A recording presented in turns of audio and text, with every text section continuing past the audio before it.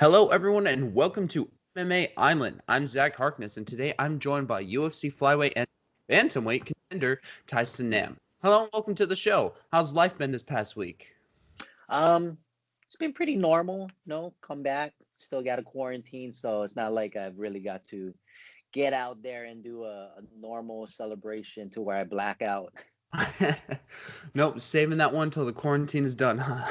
Yeah, Maybe pile up a few more knockouts and then go even harder. man, even that.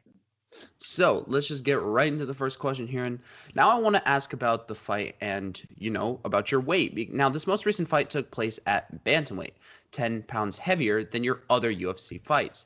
But this is a weight class you have fought at many times before. How did it feel fighting at Bantamweight for the UFC? And are you considering staying there?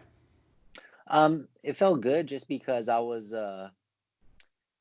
planning on making the flyweight division, but with the switch of opponents, then I got let know in a very last minute that I wouldn't have to. So I actually had to try to put on some weight before Really? before making weight, which I couldn't do just because my body was just redlining so high at that point that I wasn't able to hold on to anything. But it that the this bantamweight bout was just that one off, just because my opponent was let know 3 or 4 days in advance.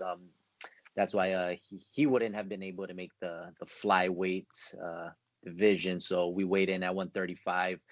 He still didn't make it, but it was considered a bantamweight fight. But I do plan on going back down to the flyweight division just because I always do my best work whenever I have to train that much harder to get down to that weight. How hard are your cuts down to flyweight? It is never an easy day. I'm a pretty big flyweight in general, so yeah, I'm just always just looking like death on top of weigh-in day. And you did fight at bantamweight before in your career. How long into your career did you realize that, you know what, I should fight at flyweight? And what prompted you to make the switch? I believe I had a streak of 4 losses in a row, which I feel like actually two of those losses were actually decision wins by me, but you're never gonna get that in a guy's hometown. Right. But after those 4 fights, and I just felt I just felt my opponent was at least 10 or 15 pounds heavier than me on fight night. I was like, man, this is, even though I'm competing with them, just a little extra advantage in weight and size differential is very noticeable to where I might need to consider dropping down. And I mean, when I did bring it drop down to the flyweight division, I wasn't a spring chicken, so I was like, oh, will my body even get down to that weight? But uh, we made it happen the first run, second run, and from then on, it was pretty much just science after that.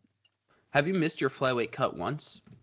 I've never missed a weigh in once in my mixed martial arts career. I feel like that is the most disrespectful thing for your opponent, for your gym, the people you're representing, and just your name itself.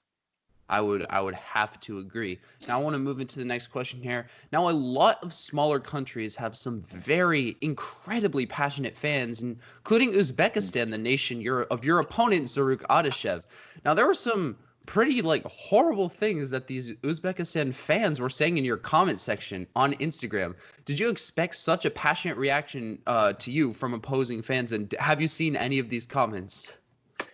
I did look at it, and it kind of irritated me a little bit. Like I thought I was gonna get a few just because I fought over in Russia and in Kazakhstan, and you get your typical. But I was talking with my corners. I was like, you guys, I've never had this amount of hatred and trolling like ever before. And it was just a 3 day notice fight, so I figured it'd be kind of friendly, but just it just added fuel to the fire, and all I got to say is that that's what happens when your fans fuck with me like that. Getting revenge on the fans out here by knocking out their boy. Yeah. So, before Ryan Benoit stepped out, we were talking to Tim Elliott, and it seems like he tried to step in. Now, was there any truth to these rumors, and who do you know of that the UFC did reach out to before ultimately landing on Odishev? I would have figured that it would have been somebody there close in Vegas. Um, but yeah, I did not know who they were throwing out there until the final pick was made. But then after the final pick was made, it's like, oh, Tim might have was offered, but he couldn't because of the commission. And yeah, but Zaruk was a lucky winner. Did you expect to get a replacement on such short notice? I was let known as soon as Ryan was out of the fight that they were working pretty hard on finding a replacement. And I mean, it's the UFC. 3 days, 3 hours, 3 minutes. You always say yes to when the UFC calls you. Right. And now, obviously, Odishev is an accomplished kickboxer, but his experience in MMA is lacking, as two of his wins don't even have any pro MMA wins. Were you at all worried about his kickboxing pedigree, or were you feeling assured in his lack of experience? No, just I knew that he lacked the experience with mixed martial arts, but I mean, everybody knows myself that I'm not gonna try and I'm not an accomplished wrestler, so it's gonna be a stand up battle. So I was informed that he was a Glory K1 kickboxing champion with a record of 16-3, I believe, a pretty good record. So, but if it's a last minute replacement, I mean that's the the best case scenarios to get another striker, just because I enjoy fighting strikers. Right. Now, obviously, hold on. After realizing you had a new opponent, how long did it take for you and your team to formulate a new game plan for Odishev, and how different was it from the game plan for Benoit? Well, the game plan didn't differ that much just because of the height. Height was pretty similar, and both of them were southpaws, so it's kind of like, okay, I can use pretty much the same movements. Um, and I was always thinking that if it even went past one round, my cardiovascular was gonna be far superior than my opponents, just because he was letting on a couple days notice. But I just wanted to make sure that all the naysayers did not go back to saying that it was the cardio, so it only took 32 seconds. Yeah, and speaking of the naysayers, there were actually a few people that I know that actually picked him in the fight, but I mean, I could see no way that Odishev could actually win. Were you surprised that the odds in your fight were that close, considering his lack of MMA experience and the fact that he took the fight on such short notice? Not at all, just because I mean, if he is a world class kickboxer, I mean that still stands. I mean, especially with the way that he starts off fast and furious. So I mean, someone was going to get knocked out any which way. But great for the guys that bet it on me. Closed Yeah. on a closer 1-1 instead of being like a negative like 300 or something of that sort. Yeah, and now even though that fight was very, very short, only like 30 seconds, could you tell that he had like of that high level of a kickboxing pedigree before you knocked him out, obviously? Well, I mean, he had his good little he had his good feints and just his movement. It wasn't like a grappling type of like of a movement to where he was like half uncertain about his steps. I mean, his steps were pretty where he wanted it to be, but when you get touched with this right hand, you may possibly go out, no matter where you're moving. Now, obviously, your knockout was one of the highlights of a highlight-filled night. So, from your perspective, can you run me through the start of the fight to the knockout? I was the bell rings. I tried to throw a couple of feints at him. He came in. He tried to throw a flurry. I blocked it, moved out of the way. Um, he threw a kick, kind of nicked me in my groin, and then I just launched that right hand, and out he went. Did you see like the opening in the right hand? Like, did you see him like possibly not being able to block it from like the early start of the fight? Then you know that hand would be there. No, I'm thinking more so as it's all reaction. I've been training literally like for 10 weeks to get to this fight over here. So it's all reaction. Everything was crisp, was on point, and as soon as my opponent touches me, I'm trying to fire this right hand. It doesn't matter if you're blocking it or not blocking it. It's gonna hurt. It's gonna hurt. Yeah. So, what was it like fighting in the smaller octagon? Because you fought two fights in the large 30-foot UFC octagon, but this fight took place in the 25-foot octagon, which people are saying is a contributor to a bunch of the finishes that are happening. What are your thoughts on that, and how did it feel fighting in a smaller cage? Man, I love it. I train back out over here in Hawaii in a very very small cage, and I feel like it always pushes the action just because you can't be dancing around, moving around too much. I remember one of my coaches back in the day, when I first started. I'd always do all these little movements, but he said, Tyson, park the bus and get to work. So I thoroughly enjoy a smaller cage just because it makes me have to park that bus and get to work. And now you're used to fighting in some pretty rowdy crowds and from anywhere to sold out shows in New Zealand to, Mexico City in the UFC. What was it like fighting in such a departure from that in an empty UFC Apex arena? Was I was able to concentrate so much more, you know. I think it's the cheers, the screams of the fans while you're in the back room that really starts to kick up those nerves.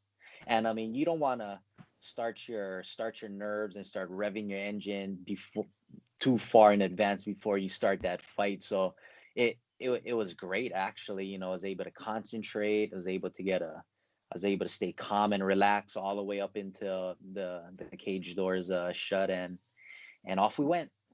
Do you think that played a part in your performance, not having the extra added nerves from the fans? Well, with the crowd or without a crowd, I I think I've been doing this long enough to where I'm pretty okay whether I'm hearing cheers or crickets in the audience. So, but personal preference, I prefer this small cage with a very little crowd, but still knowing that there's hundreds and thousands and millions of eyes on us being televised. And now you mentioned that you have a lot of experience, and compared to most UFC flyweights, that's very very true. And like, was it weird fighting against someone who had such little experience? Like, when's the last time you fought against someone with such a small record like that? Considering you fought like the top of Uh, top competition.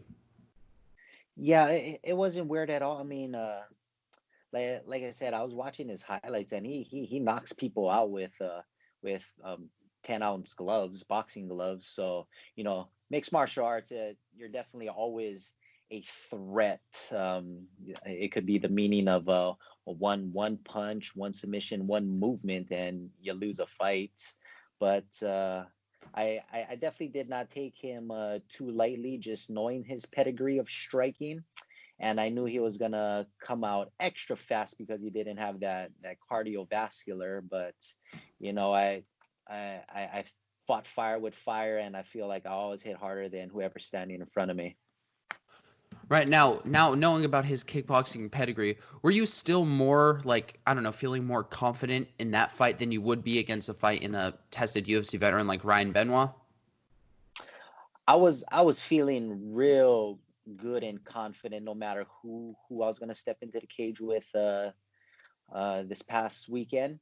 I've was let go from my job, so all I had to do was train, which was the first time in my mixed martial arts career that I've actually just trained full time. I just eat, sleep, train, shit, MMA all day, every single day, and I feel like that was one of the big factors in just my confidence. Just I had a pep in my step.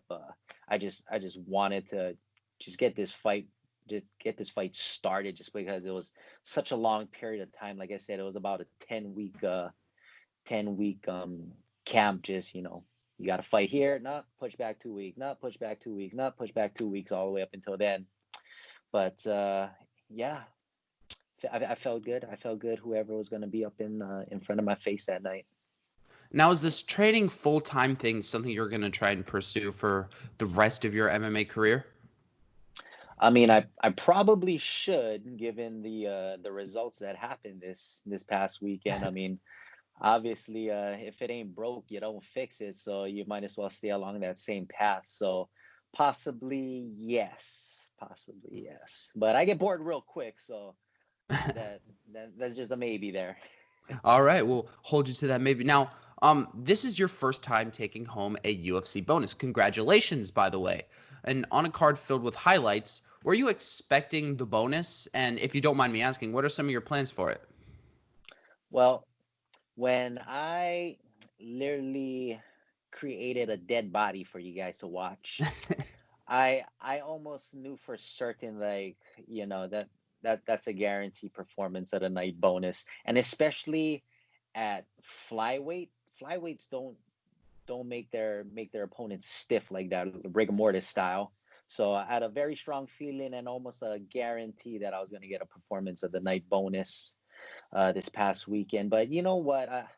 I started this career not really uh, thinking that I was gonna make money. So if they gave me a bonus, awesome. If they didn't, I'm just so glad to be fighting in the greatest promotion in mixed martial arts. Um, but as for how I'm gonna spend it, I'm still here in Hawaii, 14-day quarantine still, and I can't even go out and spend it. I can't even go out and have a nice meal at a nice restaurant just yet. So right now it's just sitting in my bank account. I'm just looking at it like, huh, That what looks am I nice. supposed to do with it? What am I supposed to do with this thing? Now, I've talked to many UFC fighters in the past, and this information comes to me from Tristan Connolly. He says pretty much all new UFC fighters, when they get signed to the promotion, get signed to a 3-fight contract. Now, were you signed to a 3-fight contract? And the reason I ask, because that's your third fight in the promotion. Did you have a I 3-fight contract entering the UFC? I would like to say I had a 4-fight contract. I honestly I didn't even read over my contract that much just because I was so happy. Where the hell do I sign? It don't matter if it's 3 fights, 2 fights, 1 fight, 4 fights. But I want to say that I do have one more fight on my contract, and maybe I should go look at that later on. Maybe you should. Now, I personally noticed that your follower count on Instagram doubled after the knockout. Now, have you noticed a growth in your fan base, and have you noticed any benefits from it so far? I have, yeah, it definitely doubled. Um, I don't know why it wasn't higher from before, just with my resume that I already have. 2012, I knocked out the number 6 bantamweight in the world. He was currently the Bellator bantamweight champion at the time, Eduardo Dantes. 2017, I knocked out the former number 1 UFC flyweight Ali Bagutinov in Russia, probably doped up to the gills, and I still knocked him out. So I'm not too sure why my social media accounts ain't a little bit higher, but it feels good to get this highlight knockout on American soil, so that people will recognize me now and start to follow my journey. And now you mentioned that you fought Ali Bagatinov in Russia. Now, as we know, Russian fans are just crazy, and Russia's just one kind of a just crazy country as well. What was it like fighting and knocking out the hometown boy in Russia? Well, I already did it in Brazil, so it wasn't anything new.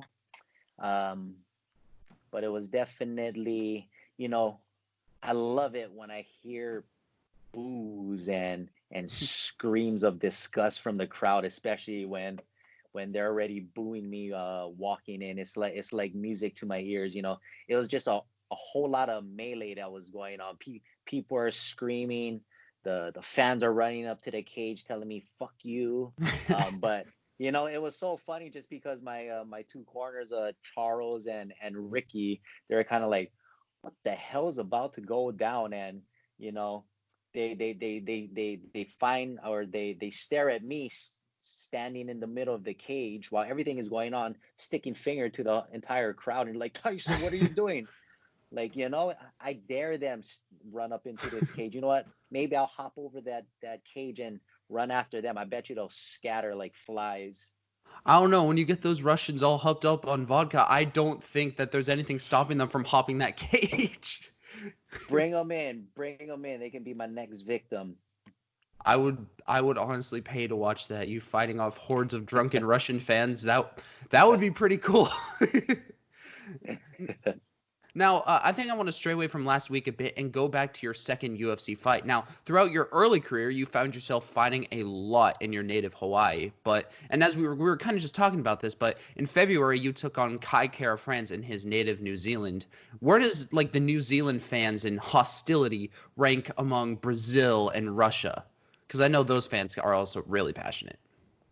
They're passionate, but they're not very disrespectful. They're very respectful in the sense, as it should be. I mean, anybody that steps into a cage, an octagon, a ring, or just wants to put on a show for fans. I mean, you respect that.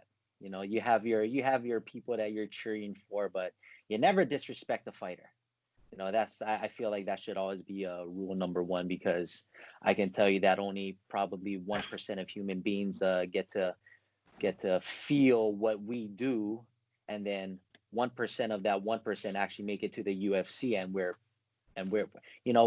trying to entertain everybody. Right now, there's no live sports going on, so all eyes are on us. So I mean, be thankful, be grateful that we're putting our lives on the line for your entertainment, to eat eat chips and drink beer.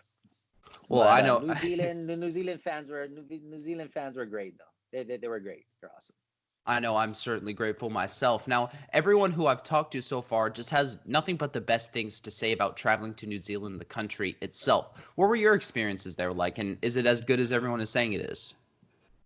It was so good. I mean, walking around, I swear there was a coffee shop every other store. I mean, I thought Portland was known for really good coffee, but New Zealand takes the cake by far. New Zealand does.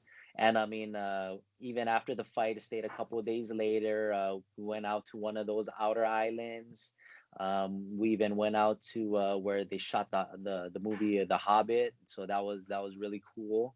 But I mean, there's so many things to do there. Everything is so beautiful. It really reminds me of Hawaii, and you have Polynesians that live there. Everything is nice and chill. There are beaches, sunshine, and yeah, it was a great experience. In terms of like places you fought outside of Hawaii, would you say it's probably the nicest place you've been to for a fight week? Yeah, yeah, definitely New Zealand. You go to Brazil, you probably don't want to venture off too far. And same goes with Russia. Everything is cold, and everybody's kind of, especially if you got brown skin, like you're stuck probably out of place over here in Russia. All right, now compared to many flyweights, you got the call up to the UFC a lot later in your career, as you already had more than 25 pro fights. Now, did the call to fight Sergio Pettis come as kind of a surprise, and do you think being called up to the UFC later than most gives you any advantages over your competition? Yeah, I was a last minute replacement due to injury. So I stepped up in there to take on Sergio for my debut. Everything happens for a reason. After I knocked out Eduardo Dantes in 2012, I was actually supposed to have been picked up from the UFC, but due to contract contract disputes, specifically Bjorn Rebney, asshole, did not allow that to happen. And same goes in 2017. I was stuck under that Russian contract just because I knocked out their poster boy Ali Bagutinov. That they wouldn't allow me to get picked up by the UFC. So it's been a long time in the making, but at the same time, being picked up by the UFC later on in my career, I have all this wisdom and knowledge of fighting. but without all the wear and tear on top of my body, just because I feel like a lot of the wear and tear happens when you grow up wrestling, which I never did, because I talked to all my wrestler friends and it's like shoulders, back, knees, everything is just shot to shit. But that was basketball season for me, and basketball was the first love of my life for as it goes for sports. So uh, I'm just thankful that I've actually got the call to kind of finish off my mixed martial arts career in the greatest promotion in mixed martial arts. But I think it was possibly and probably a good thing that I got called up later on, just because I for some reason I feel way better in my mid 30s than I did in my mid 20s. Strength, cardiovascular wise, I just eat better, and I'm actually still learning and getting better. So you guys can look forward to new and improved Tyson with every fight. Now, who is this Bjorn guy, and how did he keep you from going to the UFC? Well, he was the, would you call him the president or CEO of Bellator before Scott Coker? Many of fighters had problems similar to mine, contract disputes with Bjorn, and you know, I was supposed to have been in one of their bantamweight tournaments. Got all my medicals done, got everything turned in, all the paperwork, pretty much in like 24 hours, which is like literally unheard of, getting all your blood work and everything done in 24 hours. And so I was supposed to be on top of their bantamweight tournament. Literally 2 weeks or so before the tournament, they cancel it altogether. So that was supposed to have been my first fight for Bellator, and they canceled it. They canceled my contract and everything. So according to my knowledge, or if you just have any sort of common sense in general, you're free and clear to fight wherever you want to, correct? Mm-hmm. But their champion Eduardo Dantes, he wanted to stay active, just because uh, just as a fighter, you want to stay active. You don't want to be fighting like every 6 months. So to stay active, they allowed him to fight in Chuto, Brazil, in Rio de Janeiro, his hometown, uh, just stay busy, stay active, stay fresh. And I guess they called me up to be their sacrificial lamb, but things kind of went a little bit differently. I knocked him out, and all of a sudden they bring out all these matching rights on top of my contract. It's like, I've never even fought for you guys before. Let me go and continue my career in the UFC, which is what, if you're in mixed martial arts, that's always your goal, to fight in Super Bowl of MMA, which would be the UFC. Right. But he brought that up, and there was a bidding war, and whoever bidded the highest on top of my contract won my contract. And the World Series of Fighting actually bidded the highest, outbid Bellator and the UFC. So that was my route all the way back then, all up until now. Now I'm in the UFC 8 years later. Now you're finally in the UFC and you fought for many other promotions, during your MMA career. What are your biggest differences that you've noticed in like the working conditions and the differences in how the UFC and other promotions treat their fighters?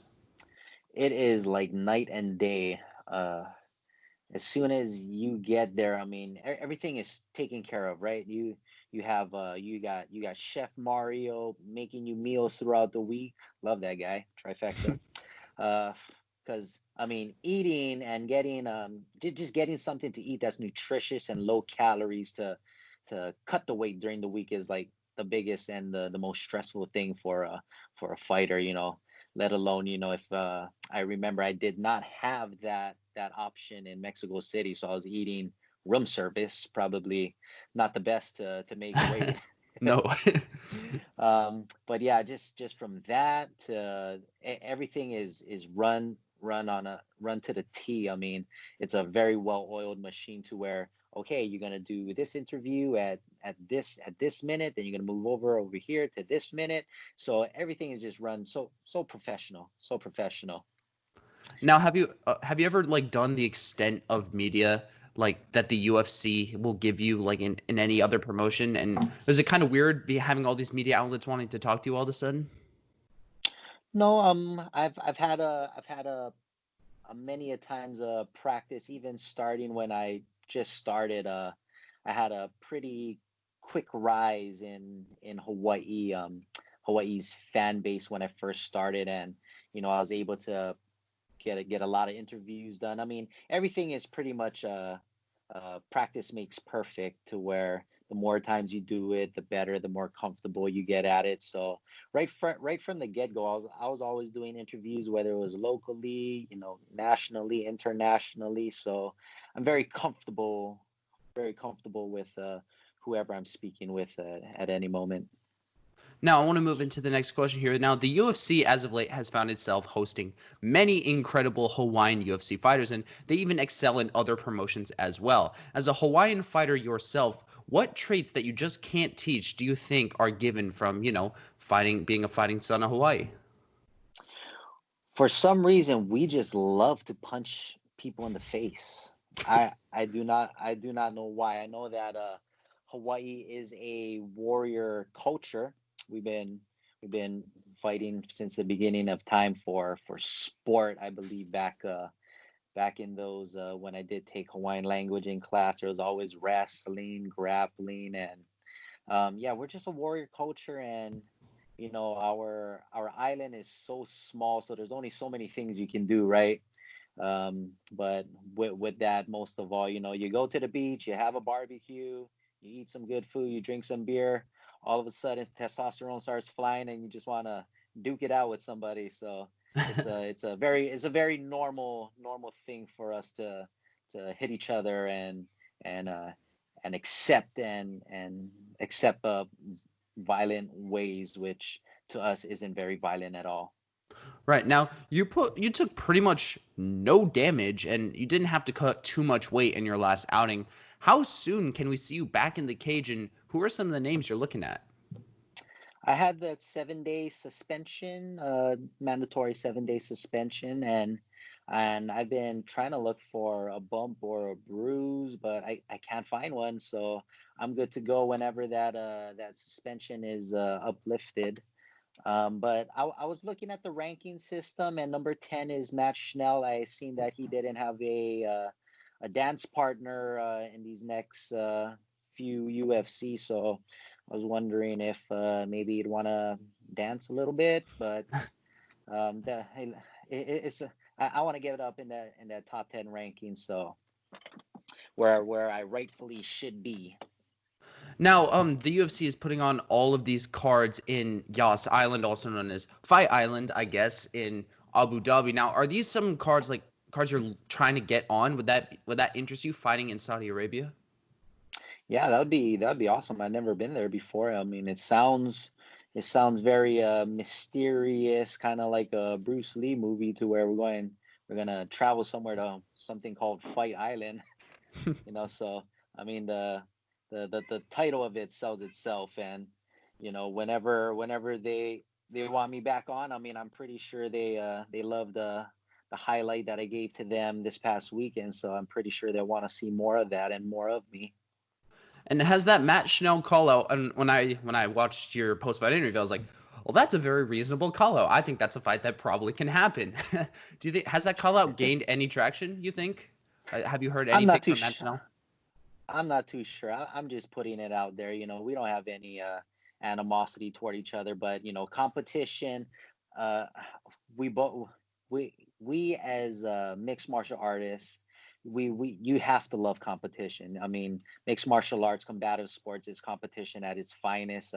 You think you're better than me, I think I'm better than you. So it doesn't matter who who they're gonna put in front of me. I mean, I'm hoping somebody of that sort, or maybe just anybody on the top 10 ranking. But I figured that Matt Schnell was available and ready, and he got that number 10 next to his name.